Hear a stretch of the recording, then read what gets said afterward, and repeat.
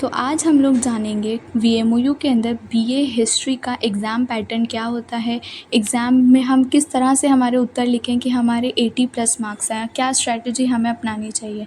जैसे कि आप सभी को पता है कि जिन स्टूडेंट्स ने अपना एडमिशन जुलाई 2024 में लिया था उनके तो ईयरली बेसिस पर एग्ज़ाम्स होंगे और जनवरी 2025 वाले स्टूडेंट्स के सेमेस्टर सिस्टम के बेसिस पर एग्ज़ाम्स होंगे और ऐसी संभावना है कि आप सबके एग्ज़ाम्स जुलाई मिड से स्टार्ट हो जाएंगे। तो चलिए जानते हैं कि बीए हिस्ट्री का एग्ज़ाम पैटर्न क्या रहता है। बीए हिस्ट्री के अंदर जो क्वेश्चन पेपर होता है वो 3 खंडों में डिवाइड होता है। जो सबसे पहला खंड होता है खंड अ, उसमें अति लघुत्तरीय प्रश्न आते हैं जिसमें 7 प्रश्न आते हैं और हमें सभी सातों प्रश्नों के उत्तर देने होते हैं।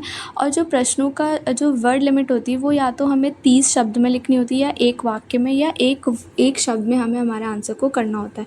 और जो प्रत्येक प्रश्न होता है वो 2 मार्क्स का होता है। जो खंड आता है सेकंड सेक्शन खंड बी, वो होता है लघुत्तरीय प्रश्नों का। उसके अंदर हमें 8 प्रश्न आते हैं जिसमें से हमें 4 प्रश्नों के उत्तर देने होते हैं और हमें हमारे आंसर की जो वर्ड लिमिट है उसे 200 शब्द के अंदर ही लिमिट में रखनी होती है। लाइक हमें 200 वर्ड लिमिट में हमारा आंसर लिखना होता है। और जो लघुत्तरीय प्रश्न की जो अंक संख्या होती है यानी मार्क्स होते हैं वो होता है कि प्रत्येक प्रश्न 7 मार्क्स का होता है। और जो लास्ट सेक्शन होता है खंड स, उसमें हमारे लॉन्ग क्वेश्चन आंसर्स आते हैं, दीर्घ उत्तरीय प्रश्न आते हैं। इसके अंदर हमें 4 प्रश्न आते हैं जिसमें से हमें 2 प्रश्नों के उत्तर देने होते हैं और हमें हमारा जो उत्तर सीमा है उसे 500 शब्द के अंदर लिखना होता है। एग्ज़ाम पैटर्न तो समझ लिया, अब हम जानते हैं कि हम किस तरह से हमारे आंसर्स को लिखें जिससे हमारे अच्छे मार्क्स आएँ।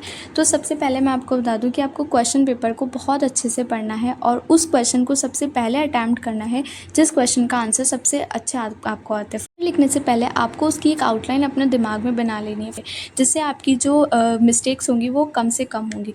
और ध्यान रखिए कि आप ग्रामेटिकल मिस्टेक्स को कम से कम करें। और लिखते समय आप लोग सबसे ज़्यादा ध्यान वर्ड लिमिट का करिए। फॉर एग्जांपल अगर आप लघुत्तरीय प्रश्न कर रहे हैं तो ऐसे नहीं आप उसको 500 शब्द में कर दें और दीर्घ उत्तरीय प्रश्न को आप 250 शब्द में कर दें। नहीं, आपको फिर आपके मार्क्स कट हो जाएंगे। या तो ना ही तो आपको ओवर राइटिंग करनी है, ना ही आपको वर्ड लिमिट से कम लिखना है। जितना वर्ड लिमिट क्वेश्चन में पूछा गया आपको उसी अकॉर्डिंग अपने आंसर को लिखना है। आपके जो उत्तर है उसके पैराग्राफ्स को आप छोटा बनाएं। अगर आपको उससे रिलेटेड कोई उदाहरण आता है या एग्जांपल आप एक्सप्लेन कर सकते हैं तो उसको ज़रूर इंक्लूड करें जिससे आपके जो क्वेश्चन आंसर का जो कंटेंट होगा वो बहुत ज़्यादा अच्छा लगेगा। अगर आपको उससे रिलेटेड कोई पिक्चर आती है, कोई टेबल्स आप उसके रिलेटेड जानते हैं या कोई फार्मूला जानते हैं तो उसको ज़रूर इंक्लूड करें और कोशिश करें कि आप अपने डायग्राम्स और टेबल्स या फिर कोई फार्मूला वगैरह अगर आप समझा रहे हैं तो उसको आप पेंसिल से समझाएं जिससे आपकी आंसर शीट बहुत ज़्यादा नीट और क्लीन लगेगी। और ध्यान रखें कि आप उत्तर को लिखते समय सिर्फ़ और सिर्फ नीले पेन का ही प्रयोग करें, लाल पेन का उपयोग कभी भी नहीं करें। और आंसर लिखने के बाद जैसे आपने एक आंसर को कंप्लीट किया उसके बाद आप 2 या 3 लाइन छोड़ें जिससे आपकी आंसर शीट बहुत ज़्यादा नीट लगेगी और इस चीज़ की वजह से एग्जामिनर के दिमाग में एक पॉजिटिव इमेज आ जाती है जिसकी वजह से आपको अच्छे मार्क्स मिलने की जो पॉसिबिलिटी होती है वो बहुत ज़्यादा बढ़ जाती है। और आपने जो आंसर शीट के ऊपर अपनी जो पर्सनल जो इन्फॉर्मेशन लिखी है, फॉर एग्जांपल डेट या स्कॉलर नंबर या नेम XYZ जो भी चीज़ें लिखी हैं उसको ध्यानपूर्वक देख लें सबमिट करवाने से पहले। ऐसा ना हो कि आपने कुछ और भर दिया और आंसर शीट में फिर आपके चेकिंग में कुछ प्रॉब्लम आ जाए। और मैं आपको बता दूं कि एग्ज़ाम प्रेशर को देखते हुए अजयमेरू पब्लिकेशन ने भी अपने गेस्ट पेपर्स को निकालना स्टार्ट कर दिया है। डेली टेलीग्राम चैनल पर अलग अलग सब्जेक्ट के गेस्ट पेपर को रिलीज़ किया जा रहा है, तो आप टेलीग्राम चैनल से ज़रूर जुड़ें। गेस्ट पेपर है, इसको जो न्यू संस्करण अजयमेरू पब्लिकेशन ने प्रकाशित किया आज़ाद 1 वीक सीरीज़ का उसके बेसिस पर बनाया गया है। तो आप इस चीज़ का ध्यान रखें कि आपके पास जो न्यू एडिशन है वो होना चाहिए।